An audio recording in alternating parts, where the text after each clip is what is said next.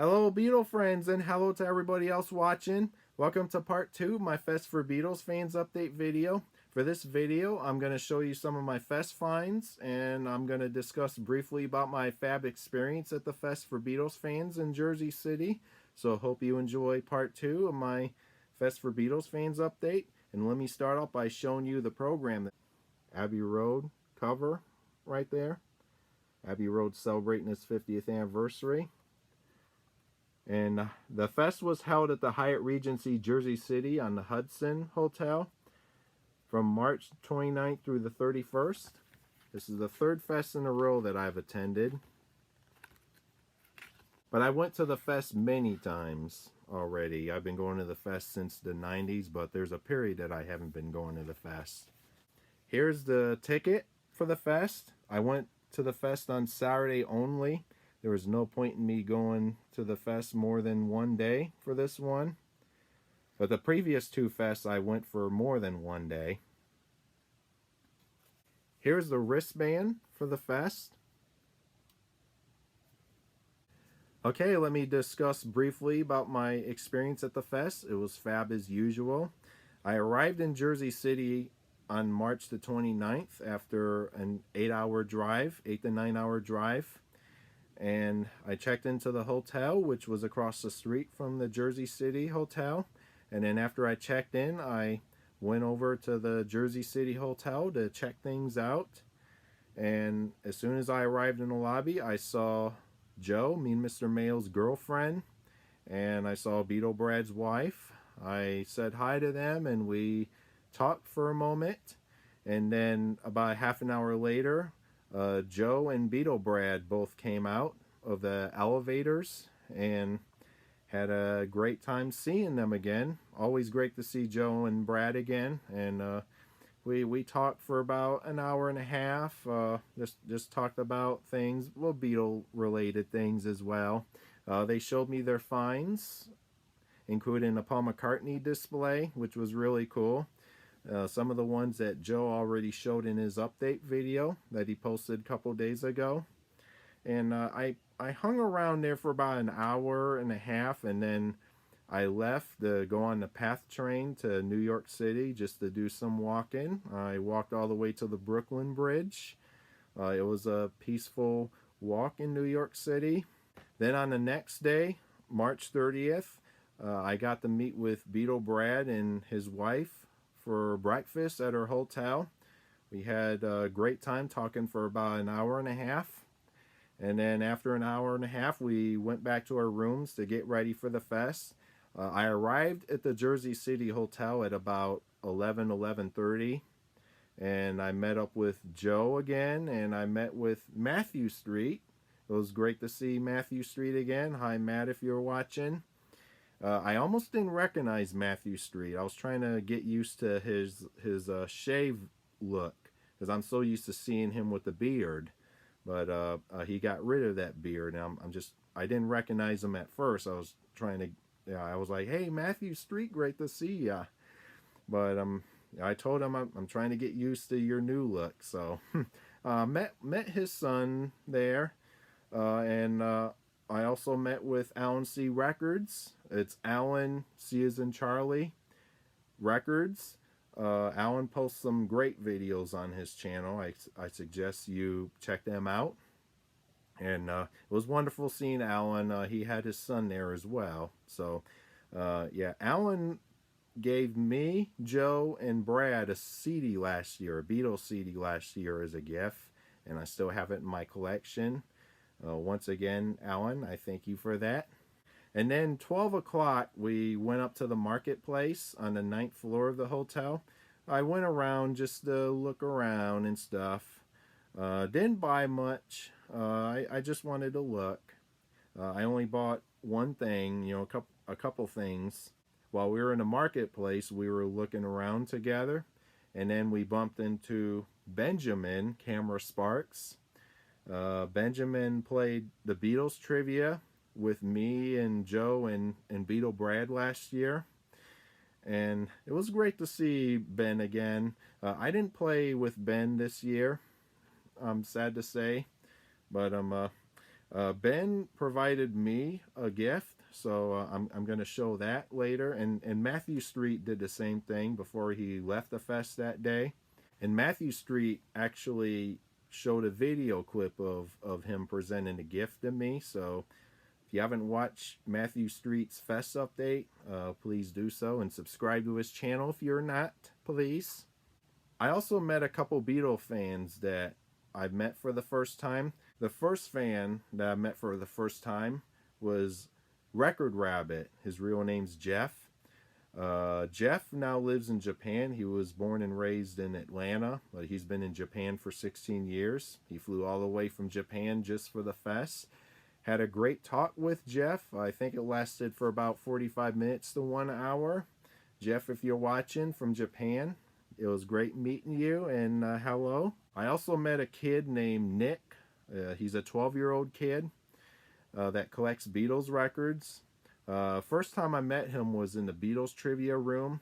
We were sitting in the front row with Joe and his girlfriend, and he recognized me as Beatle Vinyl 85, and I was like, yes, I am, and what's your name? He was like, my name's Nick. So I was like, Nick, great to meet ya. And then he had a stack of the UK pressings of the Beatles albums on his lap that he bought from Rockaway Records, and I went through them, and he also bought the UK pressing of With the Beatles, which was a late 1963 pressing, and it's actually a second pressing, because it has the Dominion Belinda credit for Money, and you really got a Hold on Me correction. The first pressing has the Gotta misprint and the Joby credit for Money, which was corrected to Dominion Belinda credit. It was great meeting Nick. I played against Nick during the final round of Name That Tune. It was the Beatles covers round, and both of us panicked during that round, and despite that I panicked, I managed to pull off the Beatles covers round, and I won Name That Tune. Both the Beatles trivia and Name That Tune were hosted by Tom Frangione. Hello, Tom, if you're watching. Tom is one of the hosts on the Beatles show called the Fab Forum, which is a Beatles talk show on the Beatles channel on Sirius XM. Tom is referred to as a resident Beatles expert. So if you have the Beatles channel, please check out Fab Forum. A new episode premieres every Wednesday at 9 p.m. It also repeats on Saturday and Sunday, and you can also listen to it on demand on the SiriusXM app. It's always great to hear Tom on there. I also had a couple of the guests sign my stuff, which I'll show later. And then I also went into the ballroom to watch some talks with Alan White, and I also watched Jack Douglas's presentation, producer Jack Douglas. He was there at the New Jersey Fest, and I also got to see him at the Chicago Fest for the first time. It was great seeing Jack again. After Jack, I got to see Alan White of Yes. After Jack Douglas, I got to see Alan White on stage to discuss his time playing drums with John Lennon early on, from 69 all the way to 71. Alan played drums on the Live Peace in Toronto album and the Imagine album, and he also played on the Instant Karma single. And it was great hearing his stories. And I have an Alan White autograph to show you. And then I got to see the Zombies at about 5-6 p.m. Their talk was only about 30 minutes. And I enjoyed the talk, but sadly they didn't perform. So, you know, I was hoping they would do maybe 4 songs and then that's it. But after the discussion, that was it for the Zombies. There was a Zombies table where they had some pre-signed items, CDs, albums, posters, pictures, so on. And I'll show you what I got from the Zombies table shortly. And there was a Wings reunion at the fest. The Wings members that were there were Denny Lane, Steve Holley, and Lawrence Juber. Denny Lane, of course, was the longtime member of Wings, and Lawrence Juber and Steve Holley were part of the final incarnation of Wings. They played on the Back to the Egg album, which is celebrating its 40th anniversary. I took my Back to the Egg album with me so I can have the three of them sign it. But as soon as I learned that Denny Lane was charging for autographs, I was like, forget it. I'm not paying another $25 to get another Denny Lane autograph, because we already have some stuff signed by Denny Lane. And I also got a picture with him at the fest back in 2014 in New York City. And just to make up for not having them sign my Back to the Egg album, I'm going to show you 3 separate items signed by Denny, Steve, and Lawrence. Okay, hope you enjoyed the discussion about the fest, and let's get on with the fest finds. The first one I'm going to show you is a gift from Joe, Mean Mr. Mail. Joe went to a record store called Spin Me Round Records. He made an appearance on a YouTube video posted by Spin Me Round Records when he visited the store. He went through the Beatles records that they had arrived at the time, as well as some memorabilia. And at that store, he bought the 4 LP vinyl box edition of the 50th anniversary reissue of the White Album, which has the remix White Album and the Easter demos. And when he bought it, he got the lithograph for the White Album, and it's this one. Shortly after the White Album was reissued back in November for its 50th anniversary, he got this lithograph at a store and he showed it in the video. But this one was basically a spare copy that he didn't want. And he had this in his bag, and he said he was going to hand it out to someone. And I went ahead and said to Joe, I'll go ahead and take it. And he gave this to me. So thank you, Joe, for this White Album lithograph. Here's a close-up. And I am going to get this framed. Okay, the next item I'm going to show you is a gift from Matthew Street. Here's a set of pins, Beatle pins. When you watch Matthew Street video, he recorded a clip of him presenting the set of pins to me before he left the fest. He left early. He didn't stay for the entire day. He left at about 6-7 o'clock or something. But before he left, he did a video presenting me the set of pins, and I love these pins too. And it's sealed here. Magical Mystery Tour pin, Abbey Road, Sgt. Pepper, and the Beatles Drop T logo.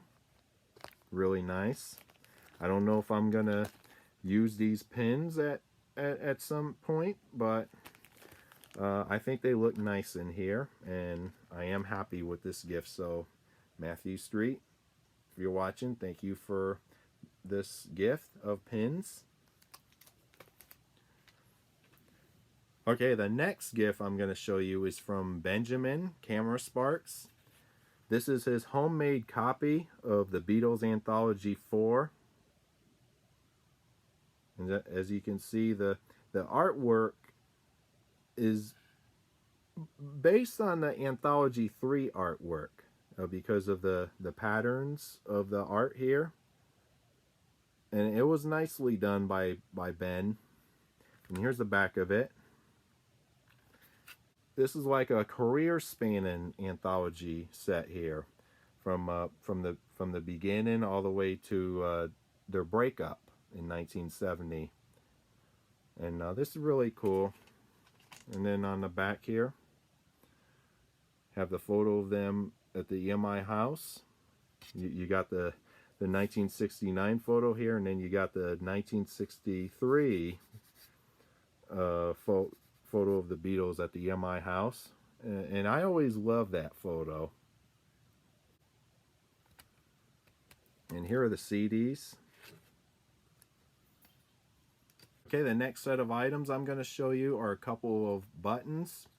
I got these buttons after answering a question during the Beatles trivia round that the 4 fans didn't know. So if the 4 fans don't know the answer, they turn over to the audience in the room, and I raised my hand and I was called on, and I answered the question correctly, and I got these buttons here. Here's the Beatles love button. I think I got this last year, but I might use this. And I got the Imagine Peace button, which is really nice. Okay, now on to the exciting part of the Fest update, the autographs. First one I'm going to show you is an Alan White autograph. This is a 2000 reissue of the Imagine album that I've had for a long time. Here's the booklet signed by Alan White. And I got a picture with Alan White as well.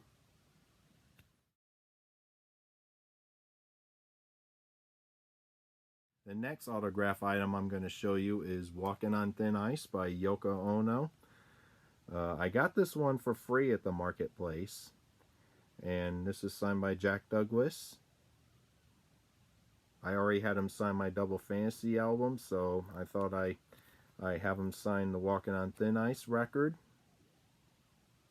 Okay, the next autograph items I'm going to show you are a couple of Zombies autographs. A couple CDs signed by the 4 original members that were there.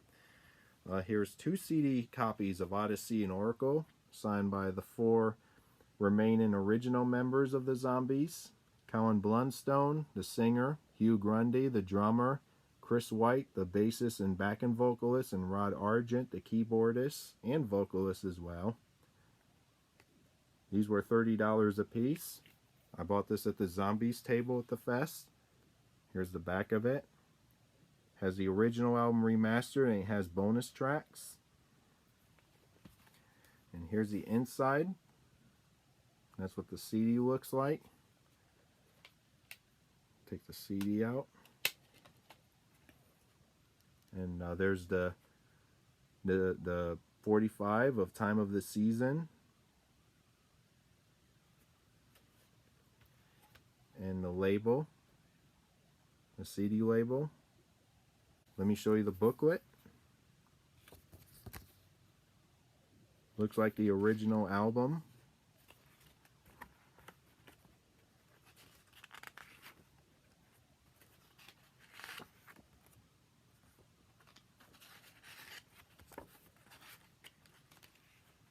The Zombies table at the Fest also had signed vinyl albums, but I didn't get any of the signed vinyl albums at the Fest.